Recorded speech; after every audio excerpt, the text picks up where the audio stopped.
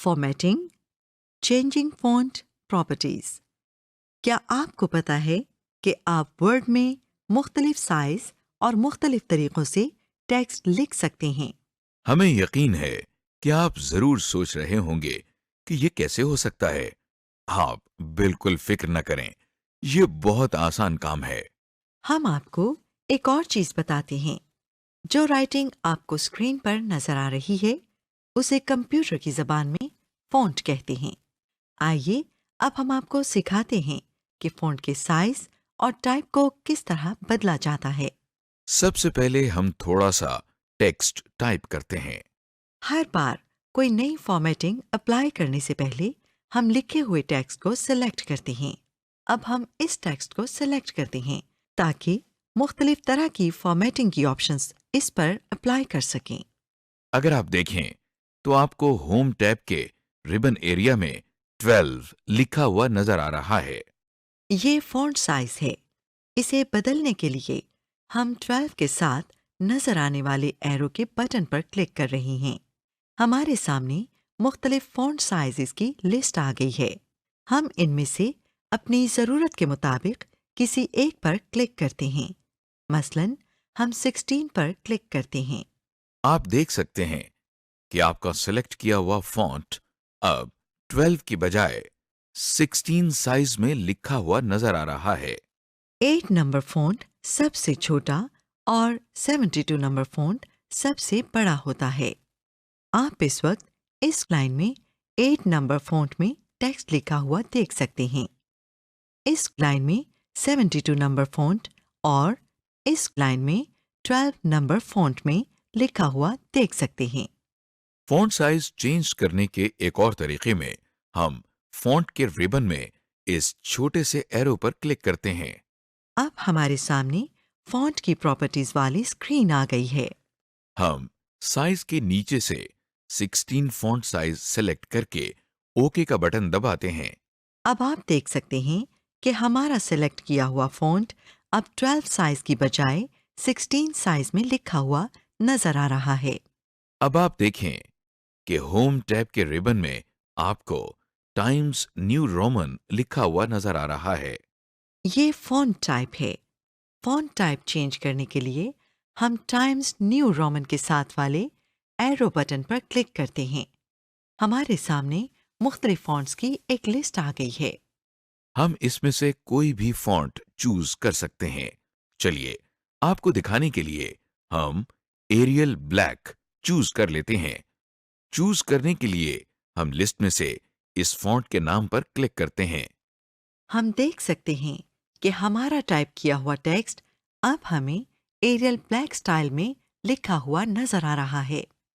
Font change करने के एक और तरीके में हम फॉन्ट के रिबन में इस छोटे से एरो पर क्लिक करते हैं। क्लिक करते ही दोबारा फॉन्ट की प्रॉपर्टीज वाली स्क्रीन खुल जाती है। हम इस स्क्रीन में फॉन्ट के नीचे से Arial black font type select करके ओके दबाते हैं। आप देख सकते हैं कि हमारा सेलेक्ट किया हुआ टेक्स्ट अब एरियल ब्लैक फॉन्ट में लिखा हुआ है। ये वही फॉन्ट टाइप है जो कि आपने पहले रिबन बार से चूज किया था।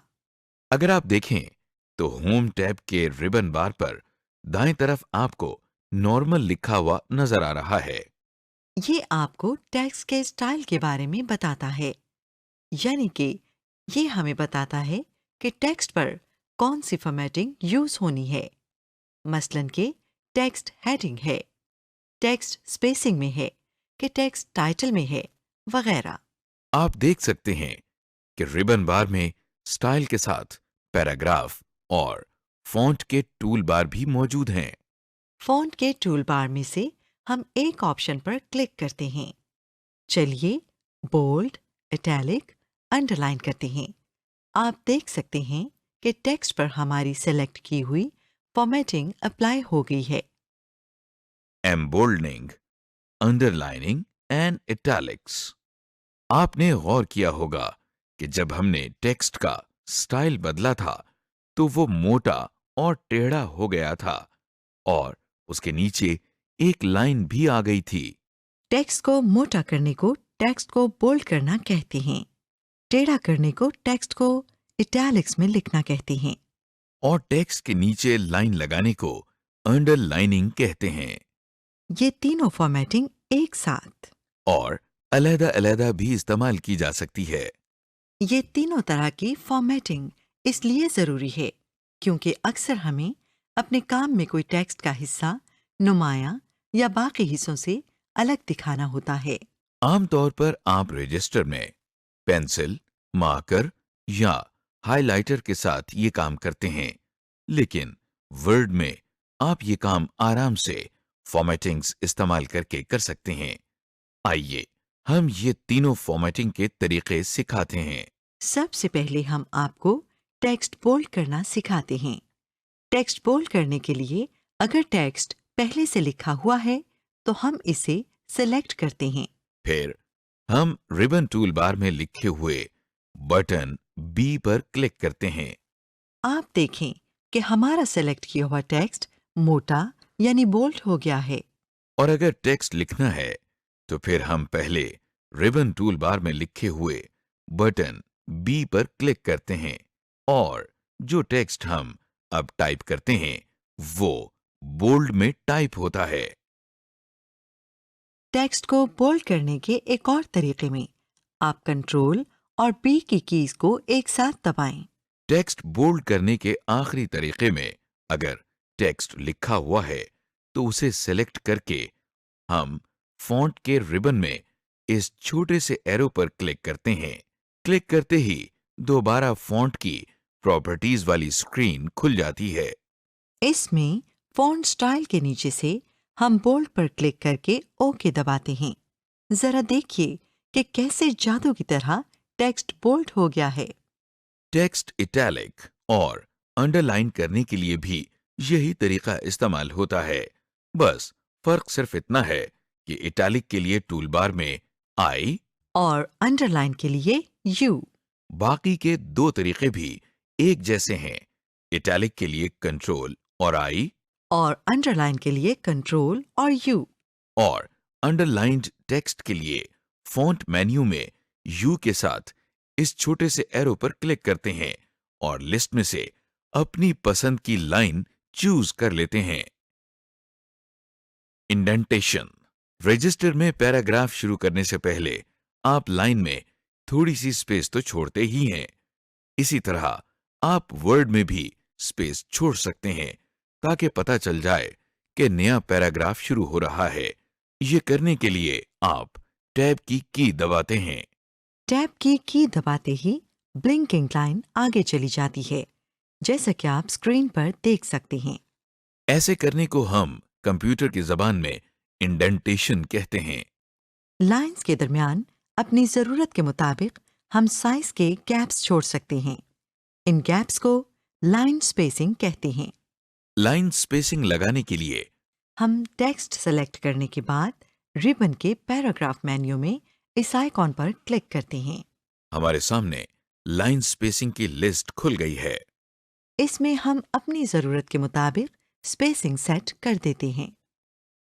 Using formatting of a selected text for more text. आखिरी तरीके में हम सेलेक्ट किए हुए टेक्स्ट पर राइट क्लिक करके कॉपी करने के लिए कॉपी पर क्लिक करते हैं और कट करने के लिए कट पर। जब हम कोई टेक्स्ट कॉपी या कट कर लेते हैं तो फिर वो क्लिपबोर्ड में से डॉक्यूमेंट में जाता है। टेक्स्ट इंसर्ट करने के लिए हम उस जगह पर जाएंगे जहां पर इसे इंसर्ट करना है और फिर हम कंट्रोल और वी की कीज एक साथ दबाते हैं और टेक्स्ट क्लिपबोर्ड में से उस फाइल में आ जाता है। या हम होम के टैब से जाकर पेस्ट पर क्लिक करते हैं और टेक्स्ट क्लिपबोर्ड में से उस फाइल में आ जाता है। या हम उस जगह पर राइट क्लिक करके पेस्ट दबाते हैं और टेक्स्ट क्लिपबोर्ड में से उस फाइल में आ जाता है। अगर कोई टेक्स्ट मिटाना हो तो उसके लिए हम बैकस्पेस या डिलीट की कीज इस्तेमाल करते हैं। डिलीट की ब्लिंकिंग लाइन से आगे के टेक्स्ट और बैकस्पेस की ब्लिंकिंग लाइन से पीछे के टेक्स्ट को मिटाने के लिए होता है। डेटा सेलेक्ट करने के बाद हम बैक स्पेस या डिलीट की कीज दबाकर इसे खत्म कर सकते हैं। Changing text colors. आप जब कुछ हाथ से लिख रहे होते हैं तो मुख्तलिफ रंगों या कलर्स में लिखने के लिए आप मुख्तलिफ कलर्स के पेन्स या मार्कर्स या हाइलाइटर्स इस्तेमाल करते हैं। वर्ड में भी आप मुख्तलिफ कलर्स में टाइप कर सकते हैं। ये करने के लिए आप फ़ॉन्ट का कलर चेंज करते हैं। ये बड़ा ही मज़ेदार काम है। आइए अब हम देखते हैं कि हम अपने डॉक्यूमेंट में कैसे रंग बरसा सकते हैं। कलर चेंज करने के लिए हम लिखे हुए टेक्स्ट को सेलेक्ट करते हैं। फिर हम रिबन में फॉन्ट के मेन्यू में एक के साथ वाले एरो बटन पर क्लिक करते हैं। क्लिक करते ही हमारे सामने एक लिस्ट आ जाती है। इस लिस्ट में आपको बहुत से रंग नजर आ रहे हैं। हम इनमें से कोई एक कलर पर क्लिक करके चूज करते हैं। क्लिक करते ही वो कलर टेक्स्ट पर अप्लाई हो जाता है। अगर हम टेक्स्ट पर क्लिक करें तो हमें हमारा टेक्स्ट हमारे चूज किए हुए कलर में नजर आता है। जब हम कलर वाली लिस्ट खोलते हैं तो हमें ऑटोमेटिक लिखा हुआ नजर आता है। ऑटोमेटिक काले रंग को कहते हैं। जब भी हम इस पर क्लिक करते हैं टेक्स्ट ब्लैक हो जाता है। जब हम कोई कलर चूज करते हैं तो फॉन्ट मेन्यू में ए के नीचे वो कलर आ जाता है। ये इसलिए होता है कि अगर हमने किसी और टेक्स्ट पर भी वही कलर इस्तेमाल करना हो तो हम लिस्ट खोले बगैर सिर्फ ए दबाकर टेक्स्ट पर वो कलर अप्लाई कर सकते हैं। टेक्स्ट का कलर चेंज करने के एक और तरीके में हम टेक्स्ट सेलेक्ट करके फॉन्ट की ऑप्शंस वाली स्क्रीन में फॉन्ट कलर के नीचे से अपनी मर्जी का कलर चूज कर लेते हैं। अगर हम अपनी मर्जी का कलर बनाना चाहते हैं तो उसके लिए हम मोर कलर्स पर क्लिक करते हैं और कस्टम टैब को दबाकर माउस की मदद से पॉइंटर को मूव करके कलर्स आपस में मिक्स कर लेते हैं और ओके दबाते हैं। हमारा बनाया हुआ कलर टेक्स्ट पर आ जाता है।